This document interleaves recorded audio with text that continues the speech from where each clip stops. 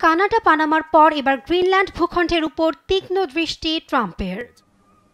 Greenland ডেনমার্কের একটি স্বায়ত্তশাসিত অঞ্চল। উত্তর আটলান্টিক থেকে ইউরোপে যাওয়ার সবচেয়ে ছোট পথটিও অবস্থিত এ অঞ্চলে। সেই সাথে ভূখণ্ডটিতে রয়েছে প্রচুর খনিজ সম্পদও।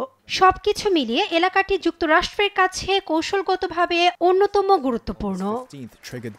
সোমবার ট্রুথ সোশ্যাল প্ল্যাটফর্মে নির্বাচিত মার্কিন প্রেসিডেন্ট ডোনাল্ড ট্রাম্প জানান, বিশ্বের জাতীয় নিরাপত্তা ও স্বাধীনতার স্বার্থে আমেরিকা মনে করে যে তাদের গ্রিনল্যান্ডের মালিকানা ও নিয়ন্ত্রণ প্রয়োজন। তবে কয়েক ঘন্টার মধ্যেই এর তীব্র প্রতিক্রিয়া জানান গ্রিনল্যান্ডের প্রধানমন্ত্রী মুতে এগেদে। বলেন, গ্রিনল্যান্ড বিক্রির জন্য নয়।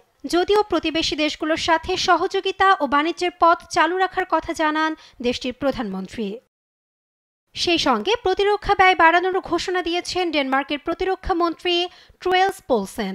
জানান, দ্বিগুণ বাড়িয়ে অন্তত $1.5 বিলিয়ন করার পরিকল্পনা নেওয়া হয়েছে। পোলসেন আরও জানান, এ প্যাকেজের আওতায় 2টি পরিদর্শন জাহাজ, 2টি দূরপাল্লার ড্রোন ও 2টি কুকুরটানা স্লেজ রয়েছে। এর আওতায় গ্রিনল্যান্ডের রাজধানী নুকের আর্কটিক কমান্ডের কর্মীর সংখ্যা বাড়ানো সহ দ্বীপটির 3টি বেসামরিক বিমানবন্দরের মধ্যে একটিতে F-35 সুপারসনিক যুদ্ধবিমান ওঠানামা ব্যবস্থার পরিকল্পনা করা হয়েছে।